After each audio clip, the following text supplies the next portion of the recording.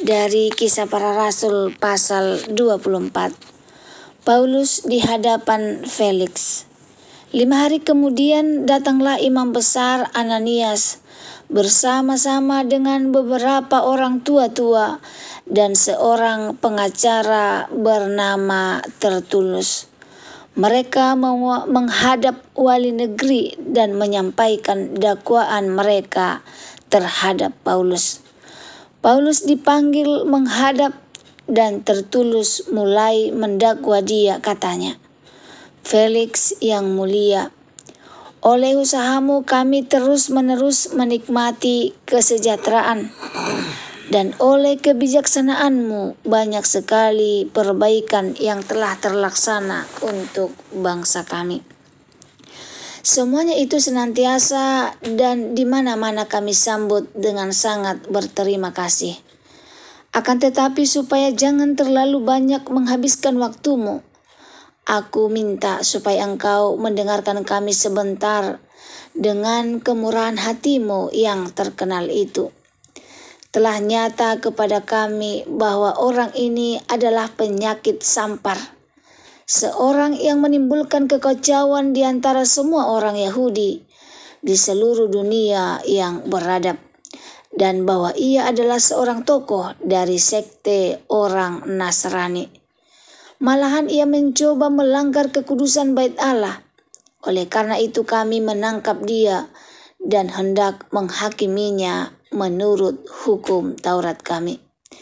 Tetapi kepala pasukan Lisiar datang mencegahnya dan merebut dia dengan kekerasan dari tangan kami. Lalu menyuruh para pendakwa datang menghadap engkau. Jika engkau sendiri memeriksa dia, dapatlah engkau mengetahui segala sesuatu yang kami tuduhkan kepadanya." Dan juga orang-orang Yahudi menyokong dakwaan itu dengan mengatakan bahwa perkara itu sungguh demikian. Lalu wali negeri itu memberi isyarat kepada Paulus bahwa ia boleh berbicara. Maka berkatalah Paulus, "Aku tahu bahwa sudah bertahun-tahun lamanya engkau menjadi hakim atas bangsa ini. Karena itu tanpa ragu-ragu aku membela perkaraku ini di hadapanmu. Engkau dapat memastikan bahwa tidak lebih dari 12 hari yang lalu aku datang ke Yerusalem untuk beribadah.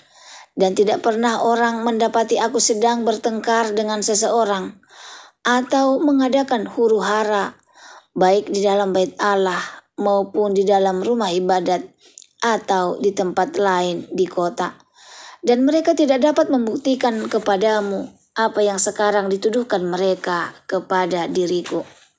Tetapi aku mengakui kepadamu bahwa aku berbakti kepada Allah nenek moyang kami dengan menganut jalan Tuhan, yaitu jalan yang mereka sebut sekte.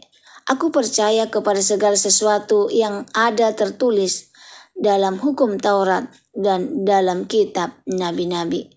Aku menaruh pengharapan kepada Allah, sama seperti mereka juga, bahwa akan ada kebangkitan semua orang mati, baik orang-orang yang benar maupun orang-orang yang tidak benar. Sebab itu aku senantiasa berusaha untuk hidup dengan hati nurani yang murni di hadapan Allah dan manusia. Dan setelah beberapa tahun lamanya aku datang kembali ke Yerusalem untuk membawa pemberian bagi bangsaku dan untuk mempersembahkan persembahan-persembahan. Sementara aku melakukan semuanya itu, beberapa orang Yahudi dari Asia mendapati aku di dalam bait Allah. Sesudah aku selesai mentahirkan diriku tanpa orang banyak dan tanpa keributan, merekalah yang sebenarnya harus menghadap engkau di sini dan mengajukan dakwaan mereka jika mereka mempunyai sesuatu terhadap aku. Namun biarlah orang-orang yang hadir di sini sekarang menyatakan kejahatan apakah yang mereka dapati ketika aku dihadapkan di mahkamah agama. Atau mungkinkah karena satu-satunya perkataan yang aku serukan ketika aku berdiri di tengah-tengah mereka, yakni karena hal kebangkitan orang-orang mati, aku hari ini dihadapkan kepada kamu. Tetapi Felix yang tahu benar-benar akan jalan Tuhan menangguhkan perkara mereka, kata. Setibanya kepala pasukan Lisias di situ, aku akan mengambil keputusan dalam perkaramu. Lalu ia menyuruh perwira itu tetap menahan Paulus, tetapi dengan tahanan ringan, dan tidak boleh mencegah sahabat-sahabatnya melayani dia.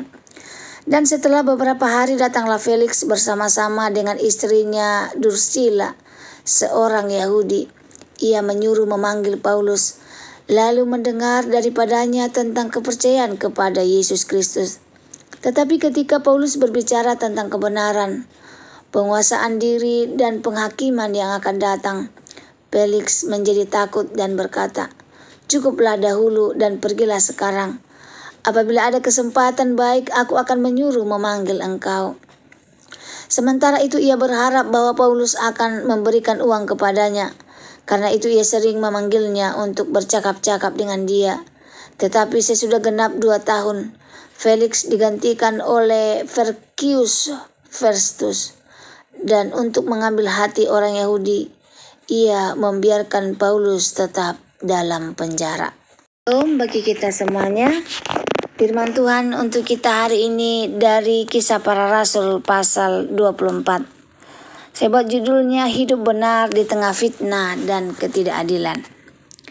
Saudara yang dikasihi Tuhan, ada masa dalam hidup kita ketika kita dituduh atas sesuatu yang tidak kita lakukan. Ketika ketidakadilan terjadi, suara kita seperti tak terdengar.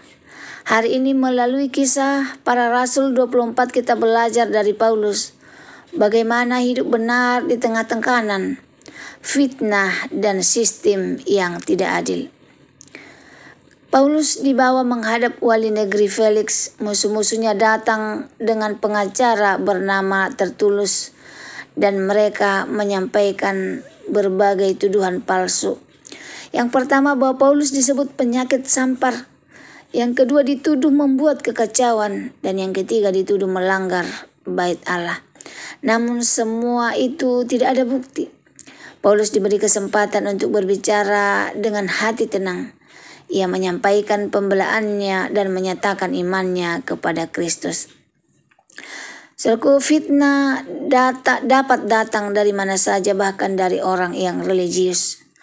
Ayat 1-9 memperhatikan bahwa imam besar, orang tua-tua, pengacara profesional, semua bersatu menfitnah Paulus. Pelajarannya buat kita, tidak semua orang yang beragama hatinya tulus. Tidak semua orang yang memakai jubah rohani hidup dalam kebenaran. Kadang justru orang yang melayani Tuhan, yang sungguh-sungguh seperti Paulus, menjadi sasaran fitnah dan serangan. Setan tidak menyerang yang lemah, ia menyerang yang berdampak. Lalu bagaimana respon Paulus? Dia tenang, jujur, dan tetap mengagungkan Tuhan. Ayat 10-21 katakan, Paulus tidak membalas fitnah. Ia tidak marah. Ia tidak membela diri berlebihan. Ia hanya menyatakan fakta, mengakui imannya, dan menyatakan bahwa hati nuraninya murni. Paulus mengajarkan kita bahwa kebenaran tidak perlu teriak, bahwa orang benar tidak perlu takut diperiksa, dan satu-satunya pembela terbaik adalah hidup yang tulus. Hati nurani yang murni adalah benteng pertahanan kita. Ayat 16 berkata, aku senantiasa berusaha untuk hidup dengan hati nurani yang murni di hadapan Allah dan manusia. Bukan hati yang sempurna, tetapi hati yang murni. Apa itu hati yang murni? Tidak menyimpan kebencian, tidak membalas kejahatan, tidak mendendam, tidak menyimpan motivasi tersembunyi. Saudaraku, di dunia yang semakin keras, orang yang berhati murni tidak kehilangan damai. Ketidakadilan bisa berlangsung lama, tetapi Tuhan tetap bekerja. Paulus ditahan 2 tahun hanya karena Felix ingin menyenangkan orang Yahudi. Bahkan Felix berharap Paulus memberi uang kepadanya. Paulus diperlakukan tidak adil, namun Tuhan memakai penahannya untuk memperluas pelayanan. Paulus tetap diberi kesempatan mengajar dan dikunjungi sahabatnya. Nama Tuhan diberitakan bahkan kepada pejabat tinggi seperti Felix dan Drusilla. Kadang Tuhan tidak langsung membebaskan kita karena ia ingin memakai situasi itu sebagai panggung untuk kemuliaan-Nya. Aplikasi firman Tuhan untuk kita hari ini. Yang pertama, ketika difitnah, pilihlah respon rohani. Jangan membalas caci dengan caci, jangan membalas fitnah dengan fitnah. Diamnya orang benar lebih keras daripada teriaknya orang jahat. Yang kedua, jaga hati nurani tetap murni. Tanya diri sendiri, apakah aku jujur? Apakah motivasiku murni? Apakah aku menyimpan dendam? Jika ada hal yang mengotori hati, bersihkanlah hari ini. Yang ketiga, tetap setia meski tidak dihargai. Seperti Paulus yang 2 tahun di penjara, kita belajar tidak semua proses itu enak. Tidak semua kebaikan langsung dihargai. Tidak semua perjuangan langsung terlihat hasilnya. Namun Allah selalu melihat hati yang setia. Yang keempat, jadikan setiap keadaan sebagai kesempatan memberitakan Yesus. Paulus tidak memilih tempat nyaman untuk bersaksi. Ia bersaksi kepada Tertulus, para pemimpin Yahudi, Felix dan Drusilla. Lewat ketidakadilan, Injil justru sampai kepada orang-orang istana. Saudaraku, penutup firman Tuhan untuk kita hari ini, ada kalanya Tuhan mengizinkan kita memasuki penjara hidup. Penjara masalah, penjara fitnah, penjara ketidakadilan, penjara proses. Bukan untuk menghancurkan kita, tetapi untuk membuktikan bahwa terang Tuhan tetap menyala, bahkan dalam ruangan yang paling gelap. Seperti Paulus, mari kita hidup dengan hati yang murni, iman yang diteguhkan, respon yang benar, dengan kesetiaan yang tidak berubah. Sebab Allah pembela kita tidak pernah tidur. Semoga firman Tuhan hari ini menjadi berkat bagi kita. Terima kasih, Tuhan Yesus memberkati. Shalom.